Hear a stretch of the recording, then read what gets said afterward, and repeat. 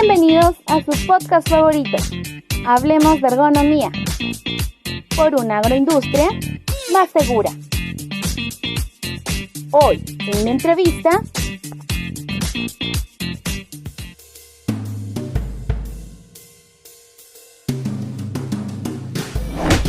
Chile, nosotros contamos con una ley que nos da un marco, que es la ley 16.744, que es la ley de accidentes laborales y enfermedades profesionales.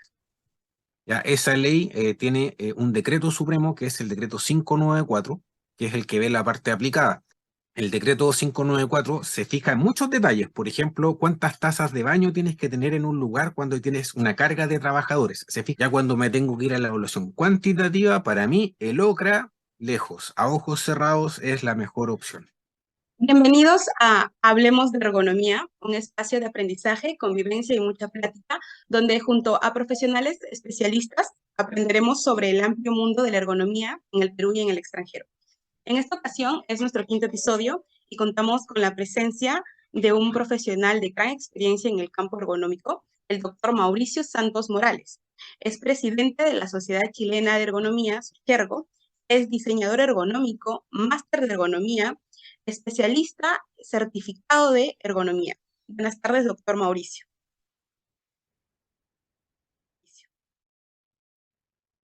Encantado de este espacio para poder conversar con ustedes sobre ergonomía, factores humanos y otras cosas que tienen que ver con cómo lo aplicamos en la empresa. Agradecemos a nuestro invitado por estar presente en nuestro quinto episodio, donde estaremos aprendiendo de métodos de evaluación ergonómica. Vamos a proceder con algunas preguntas. Doctor Mauricio, ¿en Chile es obligatorio que las empresas cuenten con programas ergonómicos? ¿Qué normas serían y cuáles están vigentes actualmente? ¿O desde cuándo están vigentes? Perfecto. En Chile nosotros contamos con una ley que nos da un marco, que es la ley 16.744, que es la ley de accidentes laborales y enfermedades profesionales. Ya, esa ley tiene un decreto supremo, que es el decreto 594, que es el que ve la parte aplicada. El 594 está en permanente revisión y en algunas revisiones anteriores se agregó, por ejemplo, los factores de riesgo musculoesquelético como parte del decreto. Ahora, en ese contexto, el decreto 594 se fija en muchos detalles, por ejemplo, cuántas tazas de baño tienes que tener en un lugar cuando tienes una carga de trabajadores. Se fija en muchos aspectos. Temperatura, se fija, por ejemplo, en temas de ruido y otros factores que tienen que ver con higiene industrial. En ese contexto, ¿qué es lo que dice? Que hay que evaluar.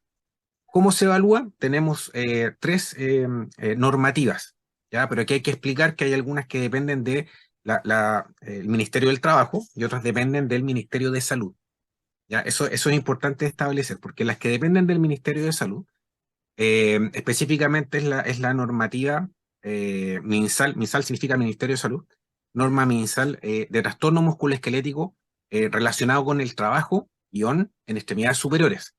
Recalco eso porque se está trabajando en Chile una que es de lumbar, así que van a tener capítulos. Ya, la norma de TEMET, como de cariño le decimos nosotros, y de hecho por eso de ahí en adelante los ergónomos somos de TEMET. TEMET significa específicamente trastorno musculoesquelético relacionado al trabajo en hechos superiores. Esa norma está en vigencia desde el 2015. Ha tenido muchas observaciones dentro de su ejecución, pero es un protocolo fiscalizable. Por tanto, cuando una empresa quiere conformarse como una empresa, van a pedir una evaluación inicial. Ahora, si la empresa ya está en funcionamiento, la empresa siempre va a ser susceptible de ser fiscalizada. Entonces puede llegar gente de SERIMI sería la Secretaría Regional Ministerial del Ministerio de Salud, a golpear la puerta y empezar a preguntar cómo está el ruido, cómo está otros protocolos. Nosotros tenemos el de ruido que se llama Prexor, el de Planesi, de sílice libre cristalizada para evitar todas estas enfermedades que tienen que ver con la dificultad respiratoria del trabajador años después de haber dejado el trabajo. Ese es el protocolo de Planesi, porque estaba buscando factores de riesgo que tienen que ver con la sílice libre y cristalizada. Eso es polvo en suspensión. En buenas palabras, polvo en suspensión. y obliga a usar mascarilla y otras cosas por el estilo. Además, va a estar la norma de TEMER, de trastorno musculoesquelético, que es norma MinSal. Hay otra normativa que tiene que ver con los riesgos psicosociales, con el control de riesgos psicosociales, que también es del MinSal. Y la tercera que se utiliza bastante tiene que ver con una guía técnica, que ya es del área del Ministerio del Trabajo, que habla de manejo manual de carga. Que todos, creo que ustedes todos han conocido la norma de límites de carga para poder desarrollar las tareas específicamente de límite de manipulación manual. ¿Ya? Entonces, en ese contexto nosotros tenemos estas tres normativas que son obligatorias, que son fiscalizables, y más encima, o sea, un detalle muy importante, pueden de alguna forma castigar a la empresa, multar a la empresa, y en algunos casos también puede ser susceptible de multas que pueden de alguna forma poner en entredicho o pueden eliminar la empresa. Aquí quiero ser súper específico. En Chile la normativa dice que si tú generas un daño muy importante, te ponen una multa tan grande que una empresa mediana, por ejemplo, una pyme, se puede acabar el negocio, se puede acabar la empresa. ¿Ya? En grandes empresas eso no pasa porque las multas son proporcionales. O sea, perdón, no son proporcionales. Por tanto, una multa que puede ser mucho dinero para una pyme es poco dinero para una empresa de gran tamaño. ¿Ya? Ahí hay un punto que hay que trabajar, que hay que corregir. Pero en estricto rigor, esas tres normativas son obligatorias, todos tienen que responder y en el caso de que sean fiscalizadas, auditadas, incluso pueden poner el cartel que dice clausurado. ¿Ya? Por eso tienen esa importancia. Ahora, la ley 16.744 obliga a las empresas a tener un prevencionista de riesgo, un ingeniero en prevención de riesgo. Y eso es muy importante porque él será el encargado de empezar a aplicar todas estas cosas en la empresa. Entonces esa ley nos ayuda bastante. Ahora, como te comentaba, tenemos la ley de MER, esta normativa, perdón, que es una norma MinSal. Por otro lado, tenemos la guía técnica de manejo manual de carga, donde la última actualización se hizo el año 2018. Así es que la autoridad frecuentemente está haciendo actualizaciones sobre estas normativas. Ahí creo que te respondí la pregunta. Sí, ingeniero, es muy importante, la verdad, saber que hay normas que respaldan lo que es la ergonomía. Em, Doctor Mauricio, en todo centro de trabajo, como sabemos, es necesario evaluar lo que es la presencia de riesgos ergonómicos. El método de evaluación ergonómica, ¿en función a qué debe escogerse?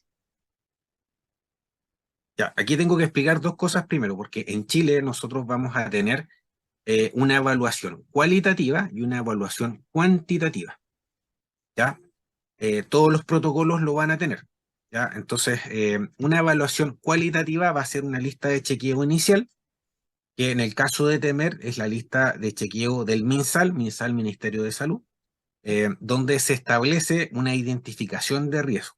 Si tú identificas un riesgo significativo, tienes que seguir evaluando en una metodología que sea cuantitativa. Y ahí hay una diferencia importante, porque nosotros estamos obligados a hacer esta lista de chequeo inicial.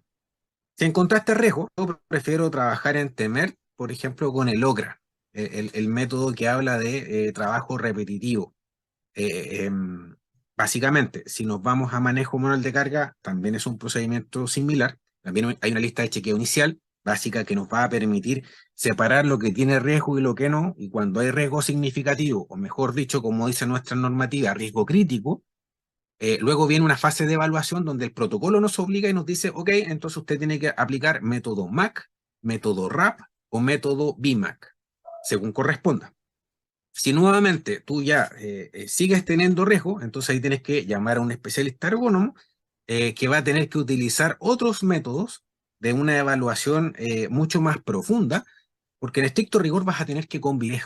Entonces, esa acción necesita más detalle y ahí necesitas otro tipo de métodos de evaluación. Ahí estamos hablando de la ecuación de levantamiento de NIOSH, por ejemplo. Estamos hablando de, por ejemplo, método MAPO, EMPA.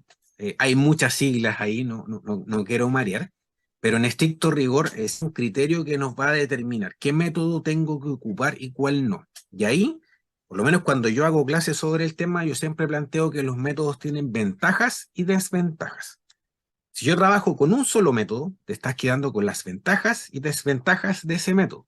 ¿Ya? Entonces, ¿cuál es la invitación? yo generalmente planteo requerimientos de la tarea en un Excel, porque el Excel siempre es muy buen amigo de nosotros. Entonces nos permite hacer descripción de la tarea, ventajas del método, desventajas del método. Y podrías trabajar con 2 de 3. Cosa de que cuando tú haces el informe en la conclusión, tú puedes decir que 2 de los 3 métodos identifican el riesgo. No lo digo yo, lo dice el método. Entonces, si te fijas, te enfoque diferente. Porque muchas veces todas estas formas de evaluación van a ser criterio dependiente. Si yo tengo más o menos experiencia, veo más o menos riesgo. Si yo mando a una persona que no sabe mucho, a lo mejor le dice o dice que está bien. Si tú mandas a alguien que está un poco más especializado, a lo mejor encuentra muchas cosas. Entonces, cuando pasa eso, si tú trabajas con 2 o 3 métodos, permites como subrayar, confirmar la hipótesis, porque no es que me dio la impresión de que había riesgo, sino que el método OCRA lo respalda, el método RAP lo respalda, etcétera, etcétera. O sea, se presenta de esa forma. La metodología que tenemos en manejo manual de carga es muy precisa y nos dice identificación inicial, ya quedó riesgo crítico, entonces ahí te tienes que ir al método MAC, BMAC, RAP, y ya, si eso no te resulta, ya viene la otra caja de los otros métodos mucho más específicos. Aquí quiero detallar un detalle, perdón la redundancia, pero manejo manual de carga, para mí, un método que va con el método de la ecuación de levantamiento de NIOSH. Para mí, ese método yo lo disfruto cuando lo enseño porque sistematiza la tarea en 6 variables. Entonces, para comprender el fenómeno de un manejo manual de carga, muy bien. Pero resulta que si tú levantas un pie y caminas, ya no puedes aplicar ese método. Entonces resulta de que la límite nos restringe mucho. Pero yo necesito comprender cómo funciona. Por eso yo diría que la elección del método depende de los criterios que tenemos que aplicar. ¿Ya? Y en ese sentido no va a haber un método que sea infalible, que te sirva para todo. No. Por eso es mejor trabajar con más de uno, ¿ya? Como para tratar de ir complementando un poco los métodos. Pero en general, yo siempre uso una matriz de decisión, características de la tarea, ventajas del método, desventajas del método, y con eso validamos metodológicamente con qué herramienta me voy a quedar. ¿Ya? Básicamente es así, pero la normativa nos pide, como te decía, evaluación cuantitativa cualitativa primero y cuantitativa después. Eso está escrito. ¿Ya? Sí, doctor Mauricio, es muy importante lo que nos explica para poder tomarlo en cuenta y poder elegir un adecuado o más de uno, ¿no? Siempre es importante métodos de evaluación y siempre también tratar de considerar los factores de riesgo de cada puesto de trabajo. Doctor Ujú. Mauricio, ¿qué metodología se debe tener en cuenta para la evaluación de riesgos ergonómicos ya en posturas forzadas? O sea, qué métodos de evaluación? Ya, perfecto. Depende del puesto. ¿Y por qué? Porque si yo tengo un puesto de trabajo donde nuestro trabajador camina mucho, hay un solo método que evalúa muy bien las piernas en esa situación. Si hablamos de postura forzada, como tú bien decías, por ejemplo, tenemos posturas forzadas complejas como estar arrodillado. Entonces, eso no lo evalúa cualquier método. Ahora, si mi puesto de trabajo, voy a poner un ejemplo, el operador de equipaje, el que mueve equipaje en el aeropuerto. Ese viejito tiene que hacer la tarea de pie. Va a generar inclinaciones, rotaciones de tronco, pero cuando entra a la bodega del avión, como es más reducido el espacio, va a trabajar arrodillado. Entonces, si te fijas, las secuencias de tareas, yo no puedo usar un solo método. A mí no me gusta mucho, por ejemplo, trabajar con el método Rula ni con el método REVA, porque eso es una foto, no representa el cambio, la variación de posturas que tú puedes tener en una jornada. En cambio, si yo estoy evaluando postura en miembro superior, eso es OCRA. Si es postura en miembro inferior, para mí es el OWASP, porque el OWASP permite evaluar caminando, de pie, cargando el peso sobre otra, arrodillado, sentado. O sea, si te fijas, es como que me permite complementar. Por eso yo no trabajo con un solo método, voy mezclando según el tipo de tarea que me toca evaluar. Ahora, si sobresale dentro de la tarea aspectos que tienen que ver con manejo manual de carga, todos los métodos van a considerar variables de postura en él. ¿Ya? Y lo van a contemplar con frecuencia, con carga y otras cosas por el estilo. Pero siempre vale la pena tener otro método de respaldo ahí. Y en ese sentido, como te decía, yo quiero orientarlo a lo que el puesto de trabajo necesite, según los requerimientos de la tarea, lo que te encuentres ahí. El método es una herramienta, no lo hace todo, no es todo en ergonomía. El método permite que la observación de 2 o 3 personas, de 2 o 3 especialistas, sea más o menos similar. Pero ahí yo diría que hay que mirar el método como un conjunto de criterios.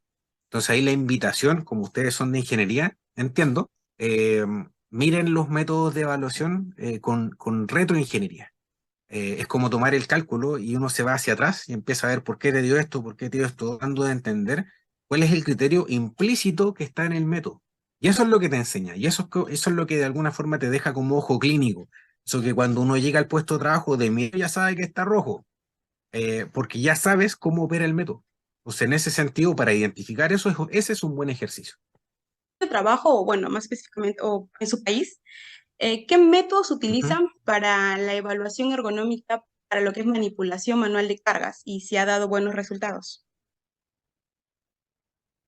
Sí, bueno, yo te mencionaba de que en manejo manual de carga está normado por la Guía Técnica de Manejo Manual de Carga desde el año 2018 la utilización del método MAC, RAP y BMAC. Esos tienen que ir de base. Si yo necesito evaluar algo con más detalle, ahí tengo que traer otros. A mí me gusta mucho la ecuación de levantamiento de NIOSH, como te decía, ¿ya? Pero en general el método MAC es bastante simple y fácil de usar. Eh, el método RAP es muy interesante de usar. El método RAP, no sé si ustedes lo conocen, pero se escribe RA y 2P. eh, Dice relación con el arrastre y empuje de carros. Entonces es muy específico porque empieza a preguntar, bueno, ¿tiene ruedas o no tiene ruedas? ¿Se arrastra o se empuja? Entonces como que te va guiando dentro de una ruta. No sé. Yo diría que para manipulación manual de carga, yo diría que principalmente son esos tres. El MAC, el RAP y la ecuación de levantamiento. Yo diría que eso es el comodín que funciona en todos lados. Te permite de alguna forma identificar los criterios que están presentes en esa dinámica. Pero, tengo que hacer un gran pero. Si tu puesto de trabajo es del área salud, donde NIOSH no permite que tú camines con carga, donde yo, por ejemplo, no puedo hacer un levantamiento sentado, todo lo que tiene que ver con la movilización de pacientes se ve mucho más complejo. Y ahí el método NIOSH me queda corto, no me sirve. Ahí tengo que ir a buscar otro que es el método RAP, por ejemplo. Perdón, el método MAPO. El método MAPO es muy especializado para área de salud.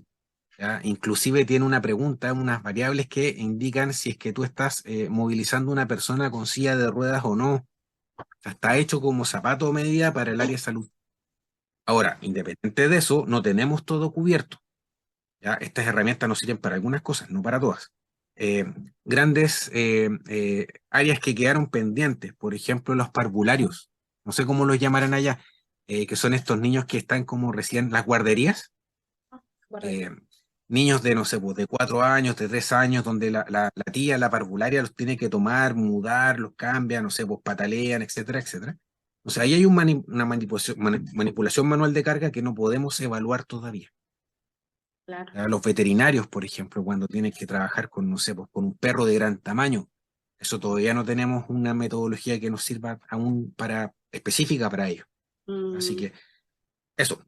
no, sí, es muy importante lo que nos explica. Bueno, ¿no? Como ya sabemos, cada puesto o área de trabajo, en este caso lo que es la manipulación manual de carga, tiene diversos factores de riesgo que deben ser considerados para poder elegir un método de evaluación y más que todo nos muestre buenos resultados. Ujú. ¿Cuál sería el método que han utilizado específicamente para evaluación de riesgos por manipulación repetitiva de alta frecuencia? Eh, Primero haciendo la evaluación cualitativa, que es la de temer que estoy obligado a hacer por nuestra normativa. Ya cuando me tengo que ir a la evaluación cuantitativa, para mí el OCRA, lejos, a ojos cerrados, es la mejor opción.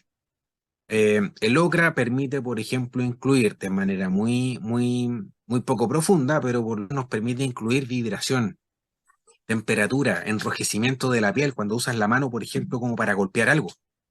Tiene suficientes variables para, de alguna forma, evaluar de mejor manera, sacar una foto un poco más precisa del tipo de tarea que tú estás evaluando. Pero la lista de chequeo por lo menos permite considerar la exposición por turno. Entonces, te da los criterios para entender si el turno está bien o si está mal, o si falta una pausa, o analizar el turno nos permite ello. nos puede, por ejemplo, diferenciar entre riesgo entre el brazo izquierdo y derecho. Y eso es tremendamente importante porque a veces me toca hacer una inversión de un caso y resulta de que la evaluación dice que él podría tener riesgo en el codo izquierdo y no en el derecho, y el trabajador llega con dolor en el derecho. Entonces, como que no calza. Entonces, algo más ahí podemos encontrar ahí, porque el OCRA nos está dando ese indicador. Eso también es bien interesante, y después con el tiempo nos damos cuenta que se fue en otra tarea y no con esa. Entonces, como que nos da una herramienta muy, muy veraz. Ahora, hay otro detalle interesante del OCRA. Permite evaluar, por ejemplo, el uso de los guantes. Eso cambia mucho la forma de exposición con una herramienta que vibra.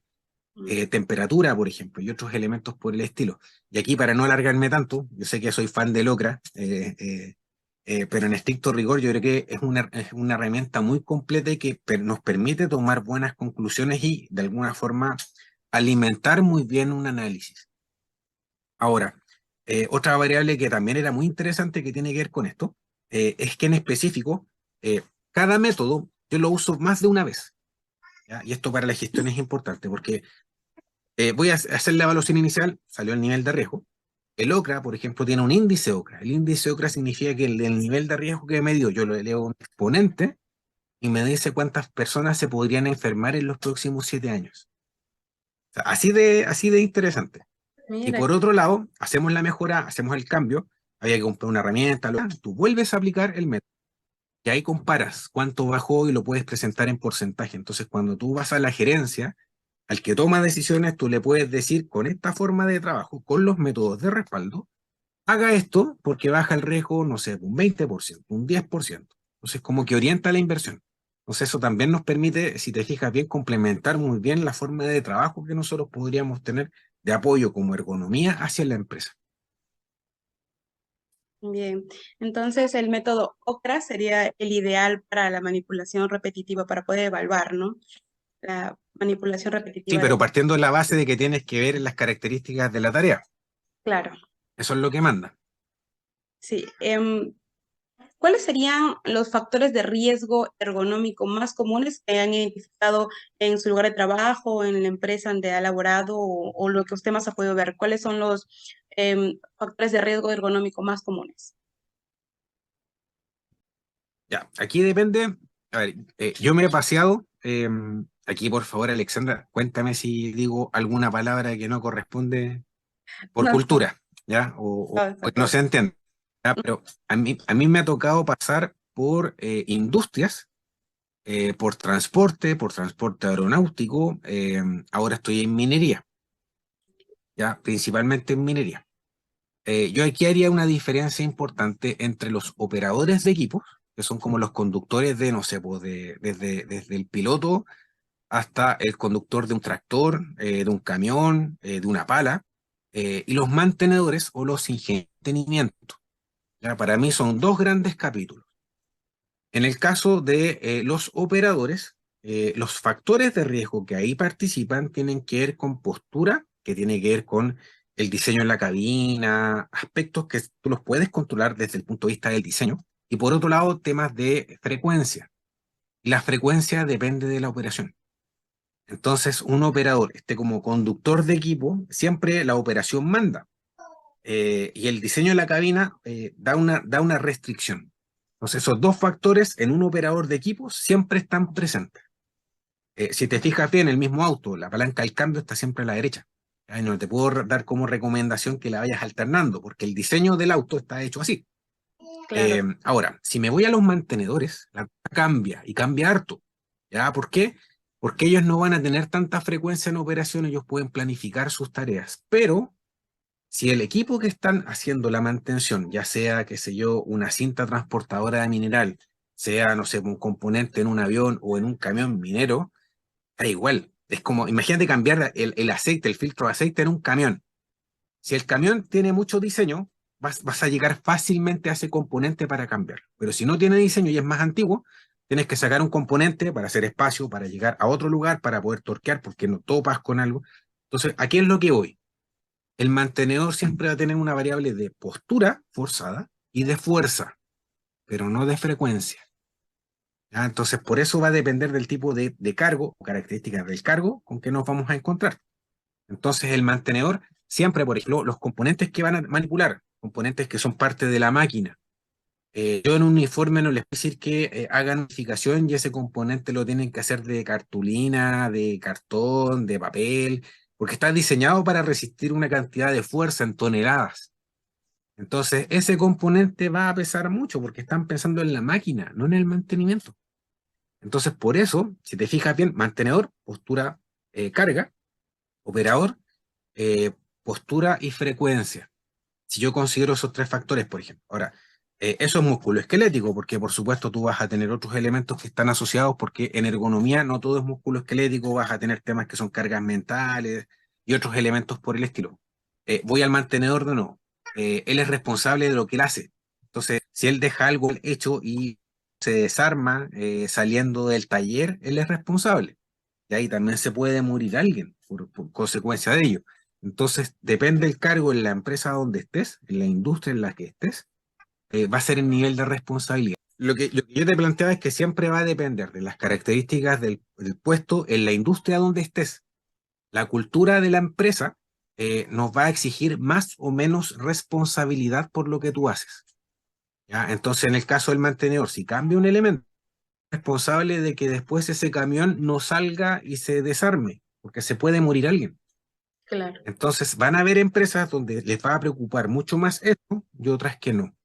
¿Ya? Entonces, por eso ahí se agrega un factor adicional de carga mental, de factor psicosocial y otras cosas por el estilo.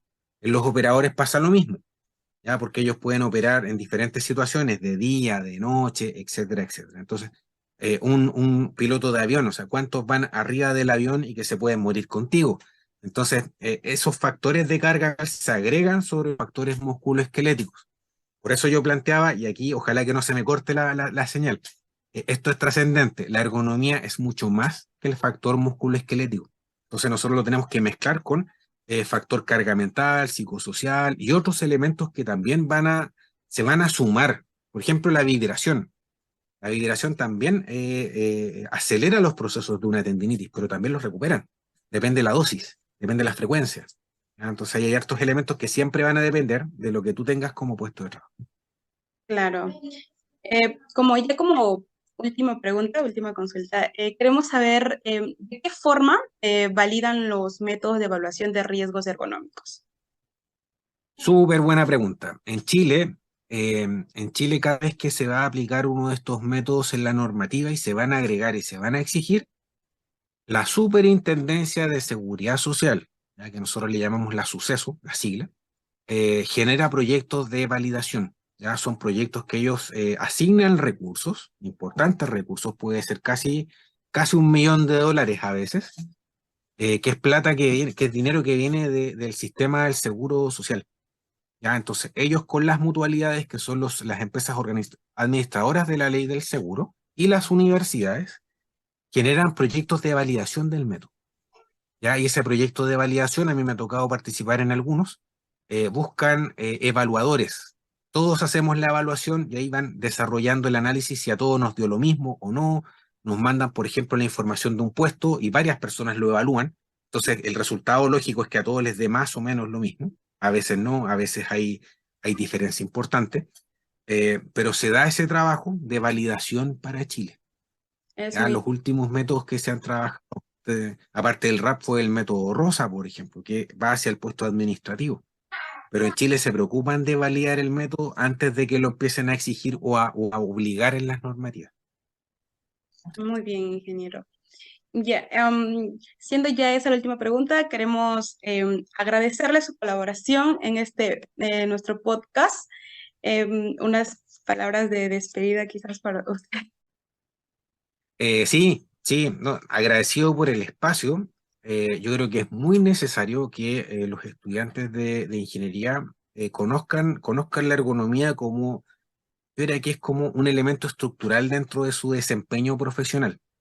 La ergonomía nos permite entender cómo funciona el usuario, cómo funciona el trabajador, cómo funciona incluso tu cliente. ¿Ya? Entonces, en ese contexto, no solamente no se queden siempre con lo que sea lo concreto, la antropometría, porque medimos la estatura. No, hay mucho dentro de la ergonomía, que nos permite explicar y entender comportamientos inclusive, Así es que en ese sentido, vean la ergonomía como una oportunidad para aprender. La ergonomía es un tema muy vivo, muy dinámico, cambia absolutamente. Las normativas van un poco atrás, pero en estricto rigor nos dan respaldo, existen herramientas, existen espacios para discutir, para desarrollar este tema, así que yo les dejo la invitación. Yo sé que en Perú están los amigos de la Sociedad Peruana de Ergonomía, nosotros en Chile tenemos la Sociedad Chilena de Ergonomía, pero tenemos 16 sociedades, asociaciones y fundaciones de ergonomía en la Unión Latinoamericana de Ergonomía, así que tenemos harto donde ustedes pueden mirar, revisar si están buscando un tema de tesis, por ejemplo, Claro. perfectamente en cualquiera de las actividades que se hacen gratuitas, pueden ir discutiendo, pensando, a lo mejor hay algo que se les ocurre con eso. En la página web de Sochergo, por ejemplo, hay un apartado de normativas. Entonces ahí pueden buscar la normativa si es que quieren hacer algún trabajo comparado. Por ejemplo, límite de carga en Chile es distinto que en Perú, es distinto que en Bolivia, es distinto en Brasil. Entonces ahí también, por ejemplo, se va a dar mucha esa situación porque el respaldo legal es distinto en cada país, siendo que estamos trabajando con alguien relativamente similar. Pero ojo, yo diría que en el mundo del trabajo se hace mucha diferencia ahí. ¿Ya? Así que yo les dejo esa invitación. Muchas gracias a ustedes, Gracias. además, por invitar a conversar sobre estos temas, porque yo diría que no nos conversamos todos los días. Los que estamos Claro. trabajando, yo vengo con un superintendente, una minera, estamos como más preocupados de responder el dato, la investigación, por qué se nos accidentó el trabajador, etcétera, etcétera. Así que yo creo que estas actividades nos permiten de alguna forma mostrar la realidad. ¿Ya? A lo mejor la gente no se imagina qué hace un ergónomo o para qué sirve. ¿Ya? Entonces, en ese sentido, nosotros a veces marcamos la diferencia. ¿Ya? En las investigaciones, en el desarrollo de procesos, por ejemplo. Así es que yo diría que no se nota mucho, se está empezando a notar un poco más. ¿Por qué no se nota? A mí me ha tocado, por ejemplo, firmar contratos de confidencialidad. O sea, la investigación era muy interesante, pero no le podemos decir a nadie porque eso está dentro de la inteligencia competitiva. La empresa que va a invertir en eso no le interesa que nadie más sepa. Entonces Sí. se hacen cosas muy interesantes, pero no siempre se pueden mostrar. Así es que la invitación, más que cursada, la puerta abierta, la ventana abierta, como ustedes quieran, a seguir profundizando en temas de ergonomía y factores humanos. Muchas gracias por la Muchas invitación. gracias, ingeniero Mauricio. Querido público, les invito a seguir nuestras plataformas de YouTube y Spotify y activar las notificaciones para que no se pierdan de nuestro contenido. Nos vemos en el siguiente episodio. No se lo pierdan. Gracias. Para más contenido, suscríbete a nuestro canal de YouTube, dale like al video y activa las notificaciones. También nos puedes encontrar en Spotify como Hablemos de Ergonomía. Nos vemos en un próximo video.